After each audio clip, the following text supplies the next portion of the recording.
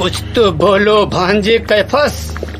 इस तरह चुप रहकर हाथ पर हाथ धरे रहने से तो उस यीशु नाजरी का और उसके अनुयायियों का हौसला और बढ़ जाएगा भांजे।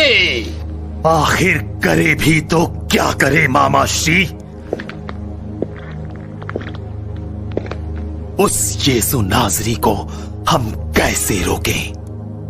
यीशु और उसके बढ़ते शिष्यों की संख्या हम पर हावी हो रही है मामा श्री। यरूशलेम के मंदिर से व्यापारियों और सर्राफों को पीट पीट कर बाहर खदेड़ना किसी मामूली आदमी के बस की बात नहीं है मामा श्री। मैंने सोचा था कि कोई छोटा मोटा जादूगर होगा जो चमत्कार दिखाकर लोगों से वाहवाही और अपनी रोजी रोटी कमाता होगा, पर नहीं, ये तो उल्टी हमारे ही पेट पर लात मार रहा है मामा श्री। पानी अब सिर से ऊपर बह रहा है मामा श्री। ये व्यक्ति अब अपने आप को मसीह होने का दावा करता है। क्या? मसीह? ये अपने आप को मसीह मानता है? जी मामा श्री। हम यहूदियों का उद्धार करने वाला। पर शास्त्रों में लिखा है भांजे कि मसीह तो बेथलेहम से आएंगे। क्या यीशु बेथलेहम में पैदा हुआ था भांजे? नहीं मामा श्री, ये तो गलीली है, गलीली। ये नासरेत नामक एक छोटे से गांव का निवासी भर है। तब तो शास्त्रों और नबियों की भविष्यवाणी के अनुसार ये हमारा मसीह हो ही नहीं सकता भांजे। भांजे कैफस, मुझे तो यीशु नाजरी कोई सरफिरा ही लगता है। जरा सुनिए तू, ये अपने आप को और क्या मानता है भांजे? बात बहुत गंभीर है मामा श्री। इसे इतने हल्के में लेने की गलती मत कीजिएगा। नहीं भांजे नहीं, पर जरा हमें भी तो सुनाओ कि हमारा नया मसीह अपने आप को लोगों के बीच क्या साबित कर रहा है भांजे। तो सुन लीजिए मामा श्री, हमारे कुछ गुप्तचरों ने लोगों को यह कहते हुए सुना है कि वह यहूदियों का राजा बनेगा। और यहूदी जनता का सच्चा गड़ेरिया। सच्चा गड़ेरिया मतलब ये मामा श्री कि हम धर्म पुरोहित लुटेरे हैं और हम लोगों के रक्षक नहीं बल्कि भक्षक हैं। तौबा तौबा भांजे, ये सुनने की पहले मेरे कान फट क्यों नहीं गए? कान तो अब फटेंगे मामा श्री। ये यीशु नाजरी अपने आप को ईश्वर का पुत्र कहता है। घोर ईश निंदा। भांजे कैफस, ये मैं क्या सुन रहा हूँ? आप बिल्कुल ठीक सुन रहे हैं मामा श्री। वह ये बात खुले आम लोगों के बीच फैला रहा है और इतना ही नहीं, अपनी बात को प्रमाणित करने के लिए उसने हमें चुनौती भी दे डाली है मामा श्री। चुनौती? भांजे कैफस, कैसी चुनौती? चुनौती ये है मामा श्री कि हम लोग हमारे महान राजा दाऊद के हाथों से बना हमारा प्राचीनतम और पवित्र यरूशलेम मंदिर तोड़ डाले और वह अकेला उस मंदिर को फिर से 3 दिनों में खड़ा कर देगा। बस कैफस बस, बहुत हो चुका भांजे, बहुत हो चुका। इस धर्म निंदक के लिए प्राण दंड के सिवा और कोई दंड हो ही नहीं सकता भांजे। पर मामा श्री, हम कर भी क्या सकते हैं? हमारा देश रोमी सम्राट के हाथों गुलाम बन चुका है और हमारे पास धर्मद्रोही और ईश निंदक को प्राण दंड देने का अधिकार नहीं है। अब आप ही कुछ कीजिए मामा श्री। अब मुझे ही कुछ सोचना पड़ेगा भांजे। एक रास्ता है भांजे। वो क्या है मामा श्री? अगर हम यीशु को यहूदी धर्म विरोधी होने के साथ साथ रोमी सम्राट के खिलाफ लोगों में बगावत पैदा करने का आरोपी सिद्ध करें भांजे, तब तो रोमी सम्राट को इसे प्राण दंड देना ही पड़ेगा भांजे।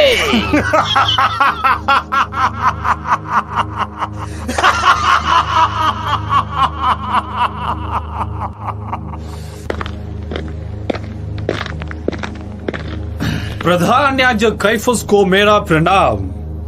पूज्य अन्नस को भी प्रणाम स्वीकार हो।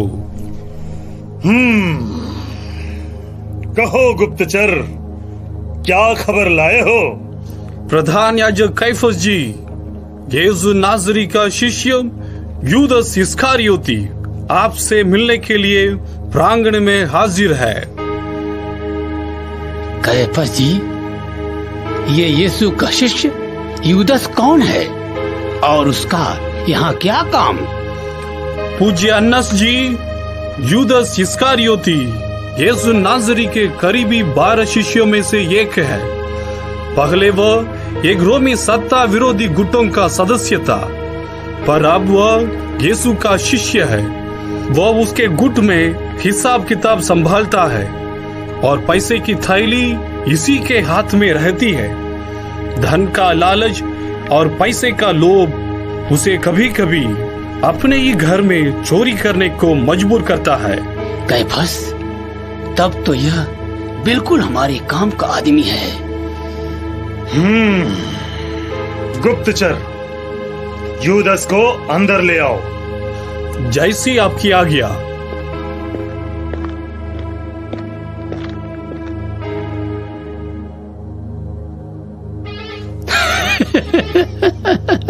भांजे कैफस, इस मौके को हाथ से नहीं जाने देना चाहिए। हम जो चाहते थे अब वही होकर रहेगा भांजे। मतलब मामा श्री? मतलब यहाँ आओ, तुम्हें सब समझाता हूँ भांजे।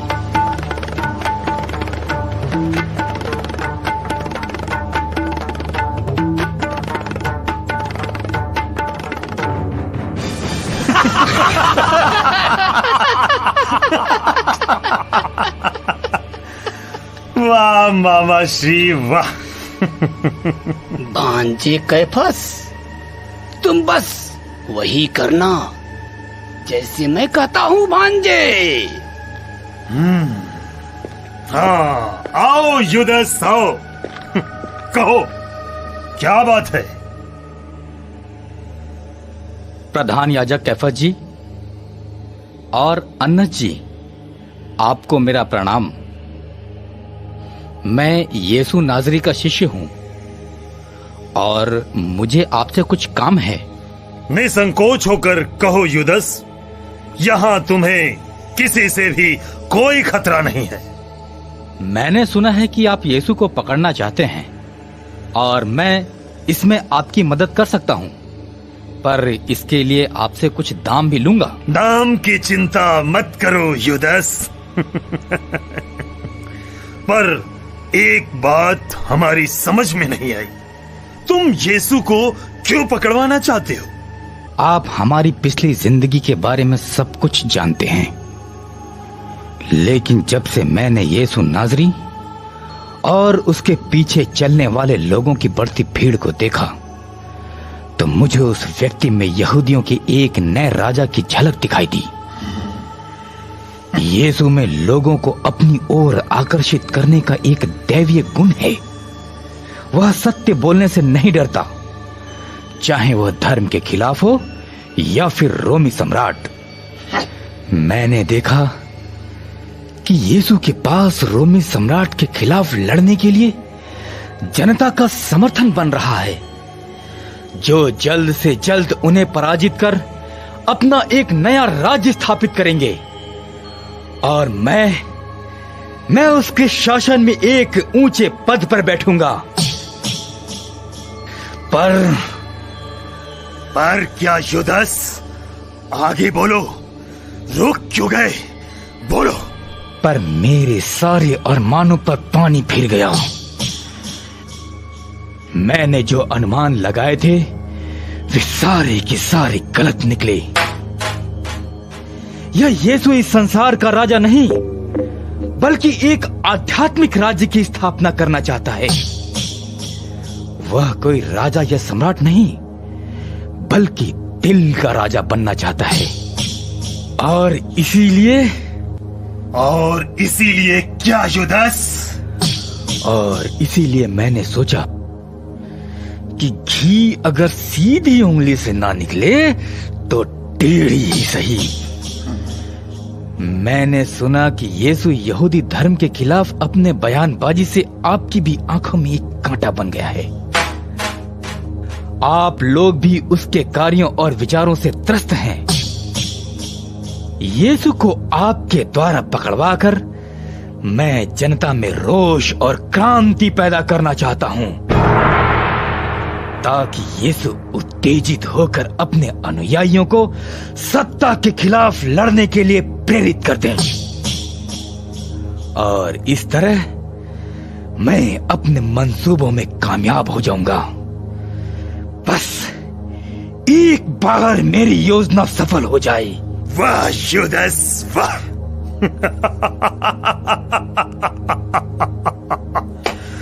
अरे तुम तो बड़े ही छुपे रुस्तम निकले युदस।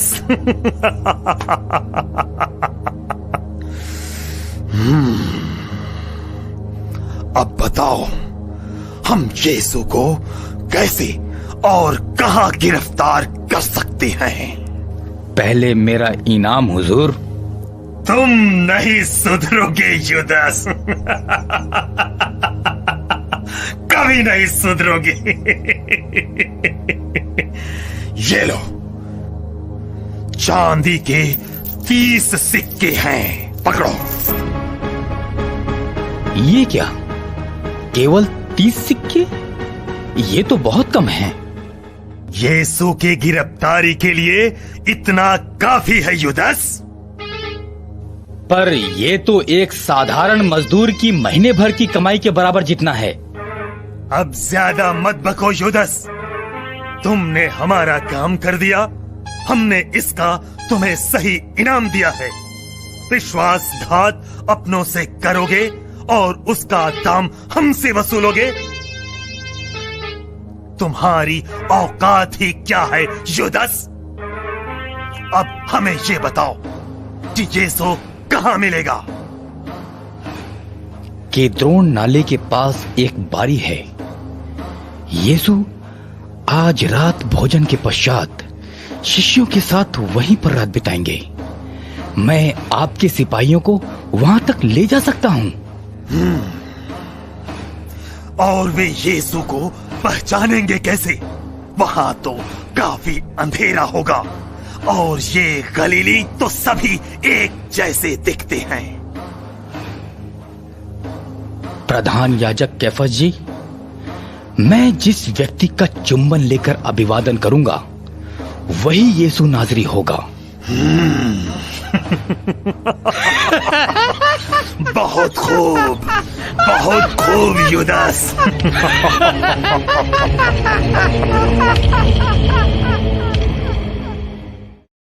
अंतिम भोजन करके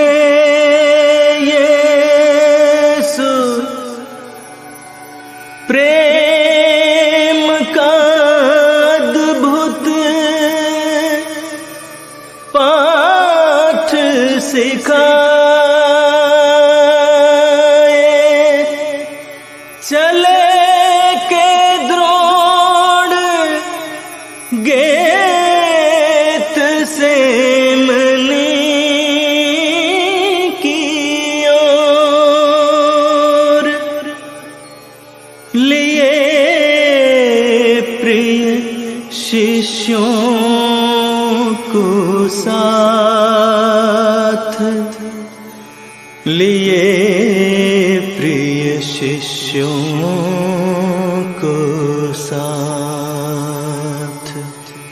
पेतरुस, याकूब, योहन,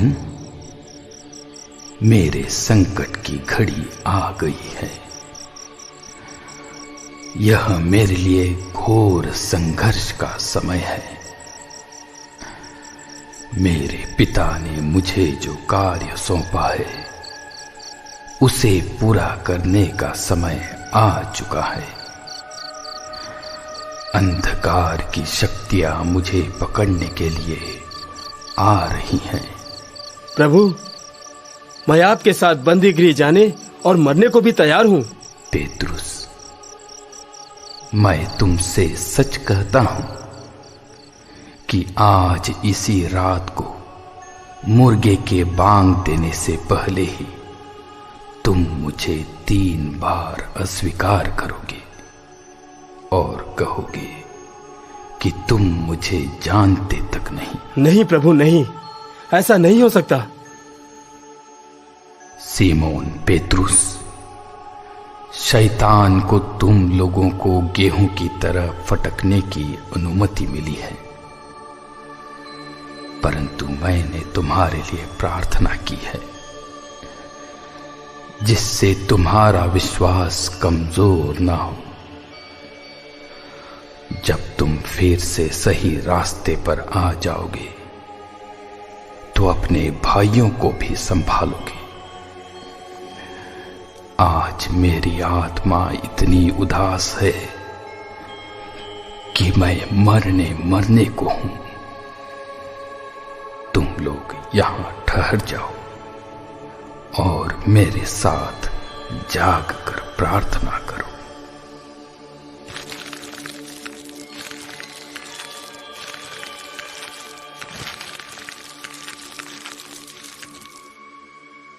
मेरे पिता, क्या मुझे इस दुख के प्याले को पीना ही पड़ेगा? मुझे शक्ति दे पिता, मुझे शक्ति दे।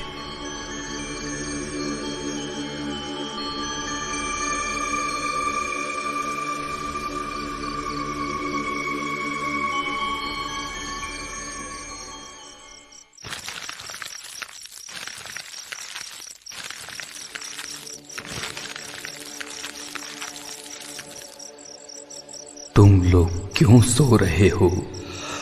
क्षमा करें प्रभु।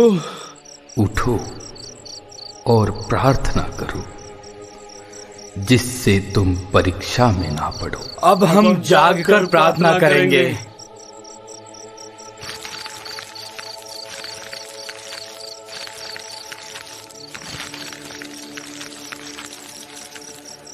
हे पिता, यदि तू चाहे तो यह दुख का प्याला मुझसे हटा ले, फिर भी मेरी इच्छा नहीं बल्कि तेरी ही इच्छा पूरी हो।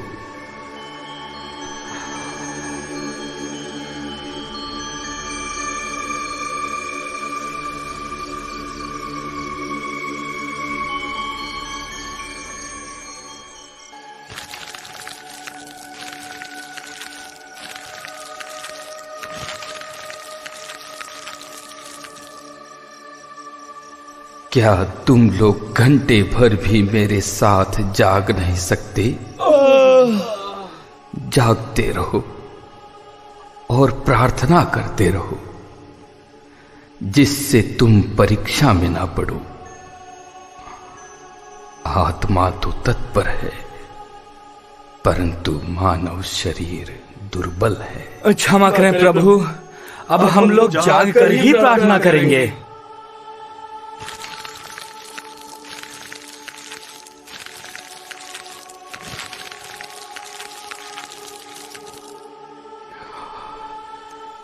हे पिता, तेरी मुक्ति की योजना में तूने मुझे सहभागी बनाया। यदि यह प्याला मेरे पिए बिना नहीं टल सकता तो तेरी ही इच्छा पूरी हो।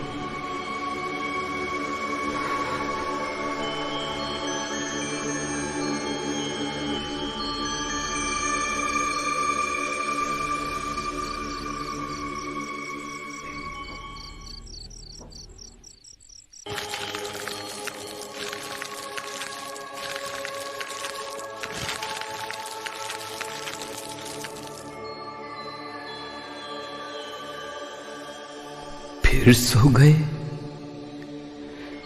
यह समय आराम फरमाने का नहीं, वह घड़ी आ गई है जब मानव पुत्र पापियों के हवाले कर दिया जाएगा।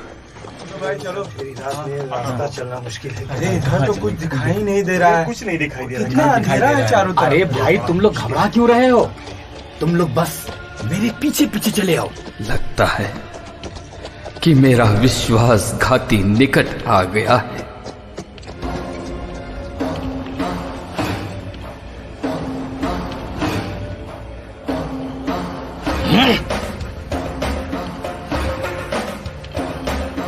गुरुवर प्रणाम। मित्र यूदस,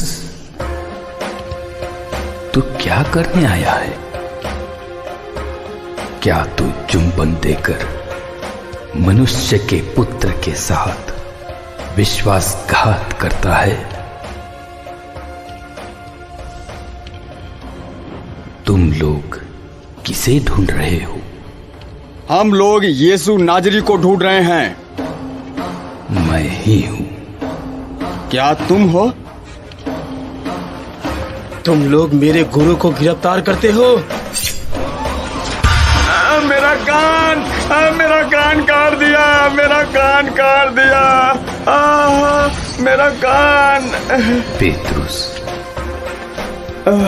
तलवार म्यान में कर लो।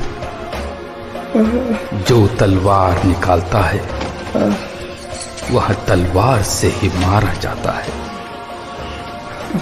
जो प्याला पिता ने मुझे दिया है, क्या मैं उसे नहीं पीऊं? मेरा कान ठीक हो गया। मेरा कान ठीक हो गया। मेरा कान ठीक हो गया। क्या तुम लोग मुझे डाकू समझकर तलवारें और लाठियां लेकर निकले हो? मैं तो रोज मंदिर में तुम्हारे साथ रहा और तुमने मुझ पर हाथ नहीं डाला। परंतु यह समय तुम्हारा है। अब अंधकार का बोलबाला है। अंधकार की ताकत को हटाने के लिए मानव पुत्र को अपना प्राण त्यागना ही होगा। तुम्हें जो करना है करो, लेकिन मेरे इन शिष्यों को जाने दो। हटो हटो।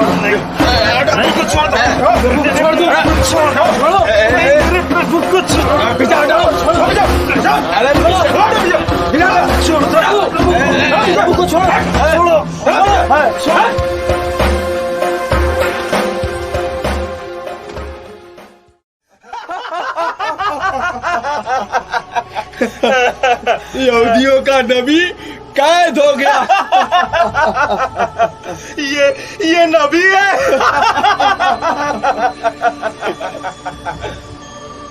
यदि तू नबी है तो बता किसने थप्पड़ मारा?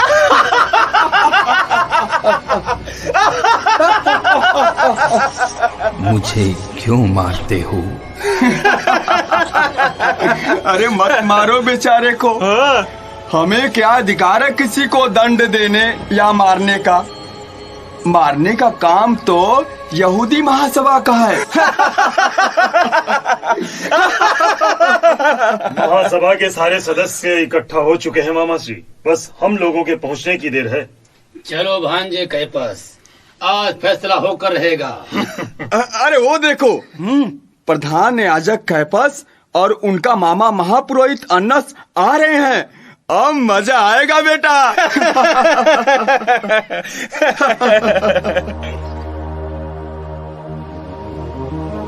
यहूदी धर्म की महासभा के परम पूज्य महापुरोहित एवं मेरे परम प्रिय मामा श्री अन्नस, धर्म महासभा के धर्म गुरुओं, यही है वो मुजरिम यीशु। नाजरेत गांव का यह यीशु पिछले 3 वर्षों से हमारे गलील प्रदेश और यहूदिया प्रदेश में घूम घूम कर हमारे धर्म के खिलाफ, हमारी मूल संस्कृति के खिलाफ, गरीब और भोले भाले लोगों को भड़काता है, अधर्मियों के साथ खाता पीता है, पापी और लुच्चों के संग रहता है, उन्हीं के समर्थन में और धर्म गुरुओं के खिलाफ लोगों को भड़काता है। क्या ये बात सही नहीं है?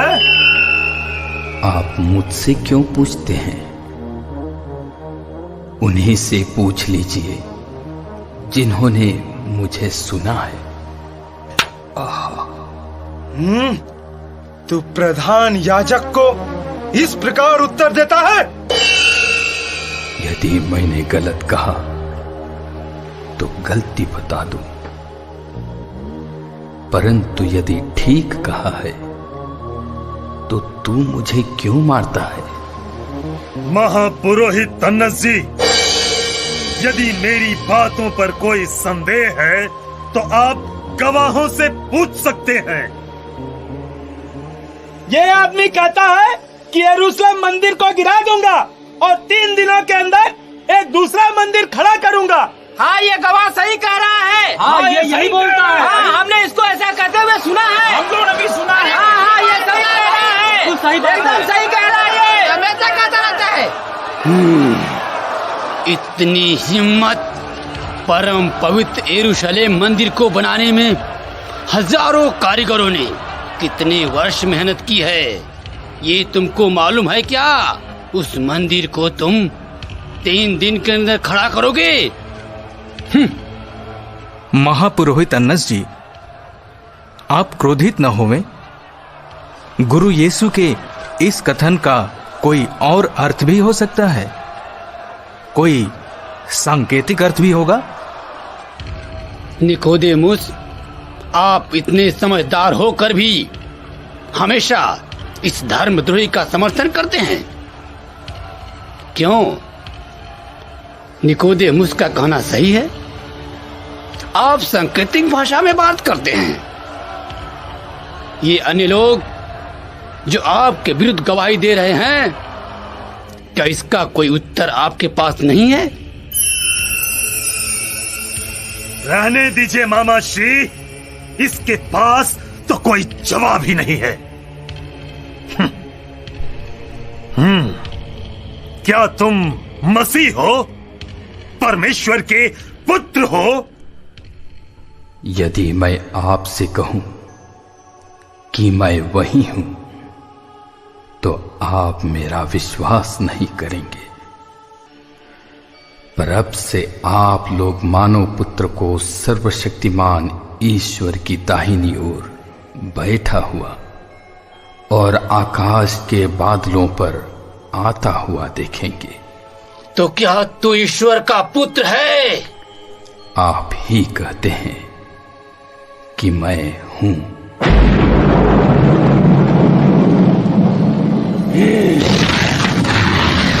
अब हमें गवाहों की जरूरत ही क्या है? आप लोगों ने इस निंदा सुनी है, आप लोग बोलिए, इनके साथ क्या बर्ताव किया जाए, इन्हें क्या दंड दिया जाए?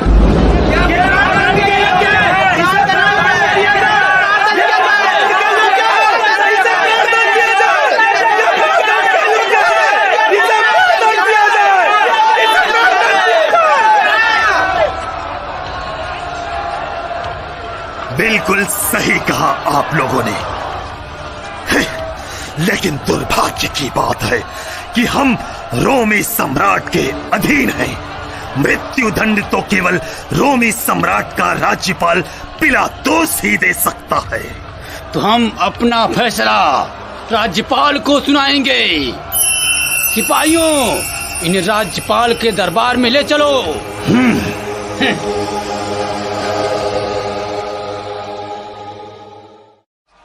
सुनो सुनो सुनो, रोमी सम्राट कैसर अगस्तुस का यहूदिया में राज्यपाल महामहिम पोंतुस पिलातुस राज दरबार में तशरीफ ला रहे हैं।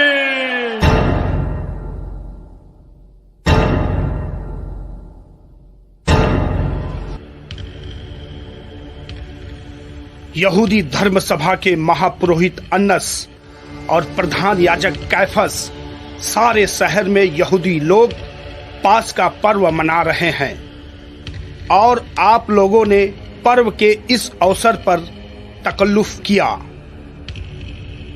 तुम लोग इस मनुष्य पर कौन सा दोष लगाते हो?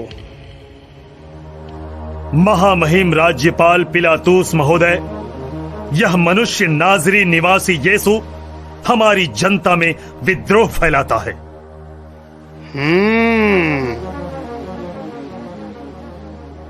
क्या ये लोग जो कह रहे हैं सही है?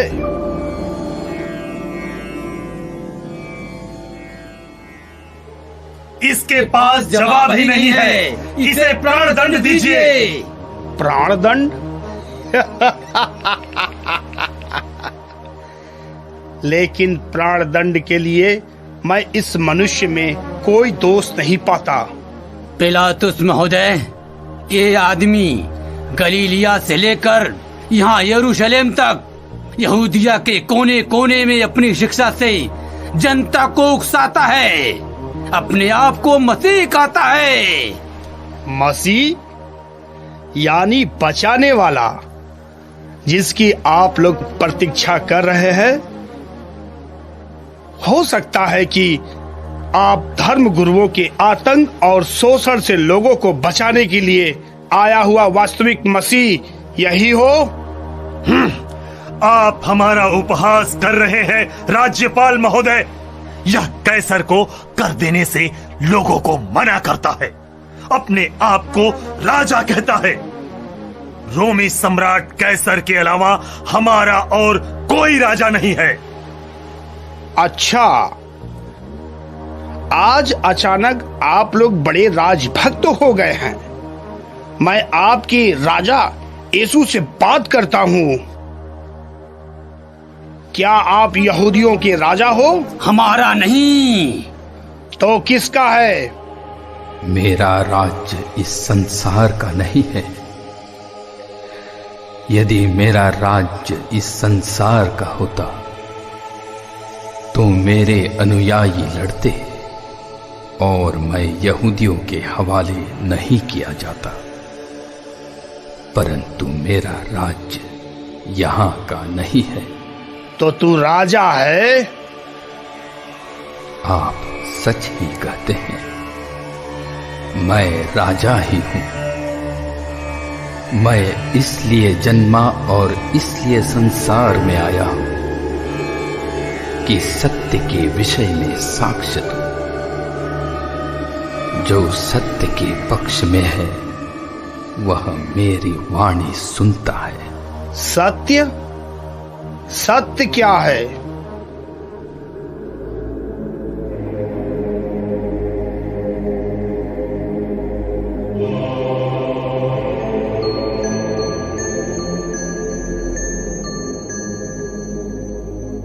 यहूदी धर्म सभा के धर्म गुरुओं, यहूदी लोगों, आप लोगों ने यह अभियोग लगाकर इस यीशु नाजरी को मेरे सामने पेश किया है कि यह जनता में विद्रोह फैलाता है।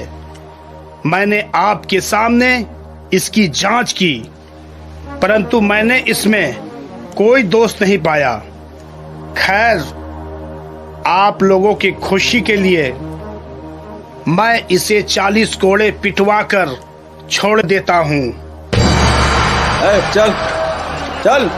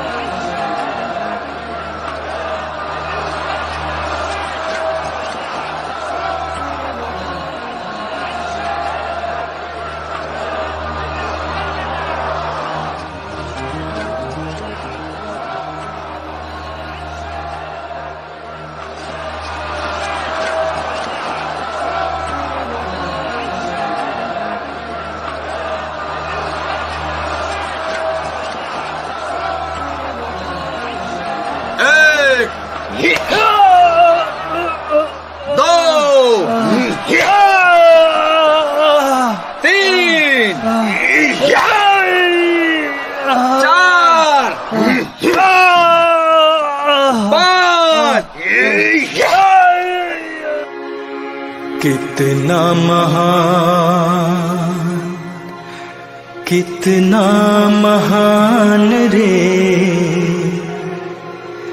यीशु मसीह का ये बलिदान। कितना महान, कितना महान रे यीशु मसीह का ये बलिदान। कितना महान। 30 पे 6, 30 पे 7, 30 पे 8, 30 पे 9।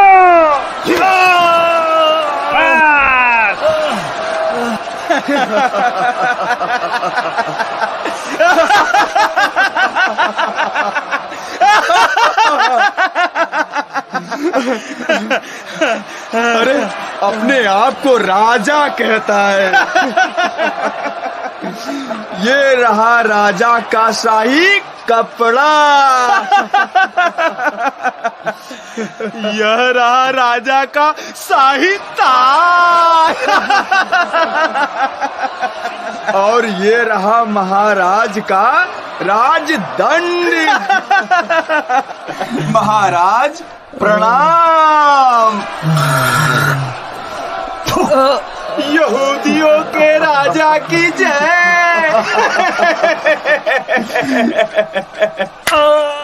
यहूदियों के सम्राट की जय हो।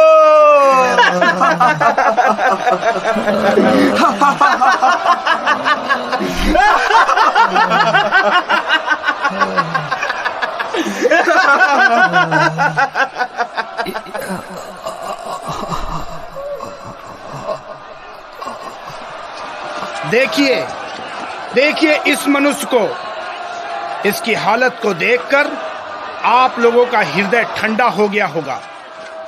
अब इसे छोड़ने का मुझे अवसर दीजिए। हमारा कलेजा तभी ठंडा होगा जब आप इसे क्रूस पर चढ़ाने का आदेश देंगे। हाँ हाँ, इसे क्रूस दीजिए।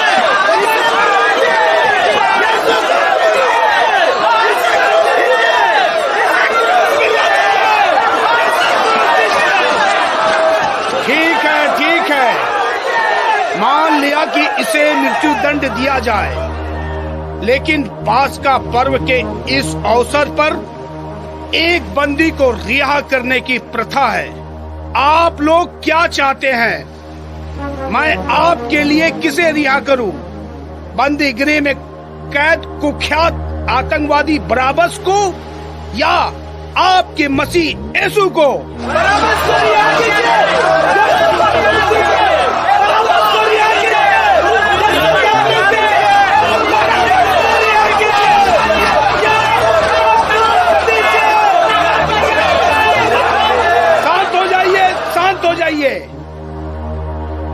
लेकिन बराबस खूंखार उग्रवादी है। यीशु ने कौन सा अपराध किया है? यीशु को क्रूस कीजिए।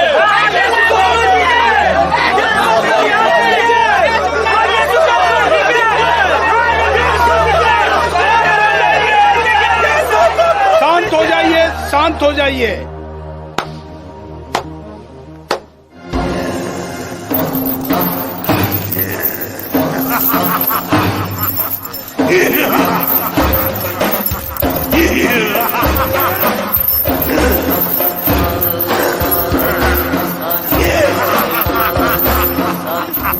रोमी सम्राट कैसर का राज्यपाल मैं पोंतियुस पिलातुस यहूदी धर्म गुरुओं की इच्छा अनुसार यह आज्ञा जारी करता हूं कि बंदी विद्रोही बराबस को रिहा किया जाए।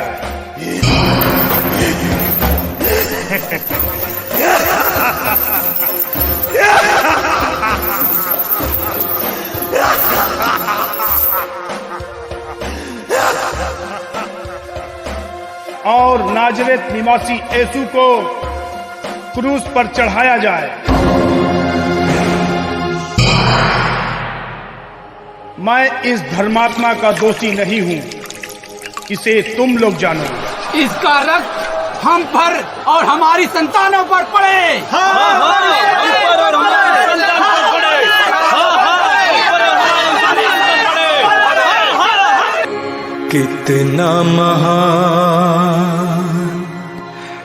कितना महान रे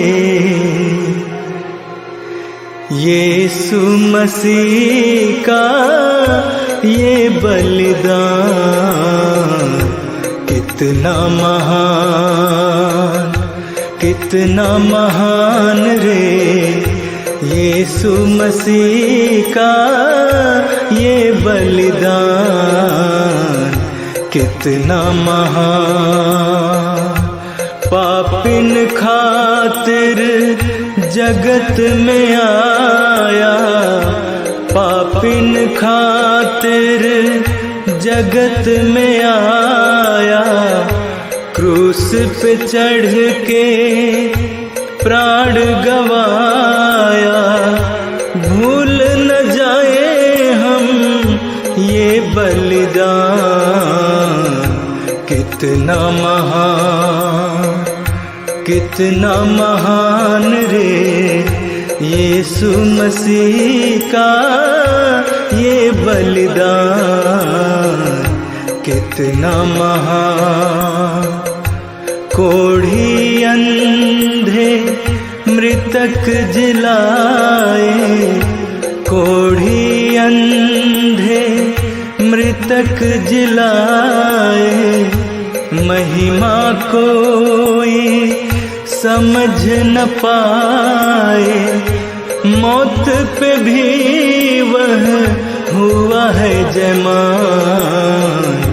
कितना महान रे यीशु मसीह का ये बलिदान। कितना महान सीधी सच्ची राह दिखाता, सीधी सच्ची राह दिखाता। दीन दुखिन को गले से लगाता। नहीं है कोई ढूंढा ये जहां। कितना महान रे यीशु मसीह का ये बलिदान। कितना महान रे यीशु मसीह का ये बलिदान। यीशु मसीह का ये बलिदान। कितना महान।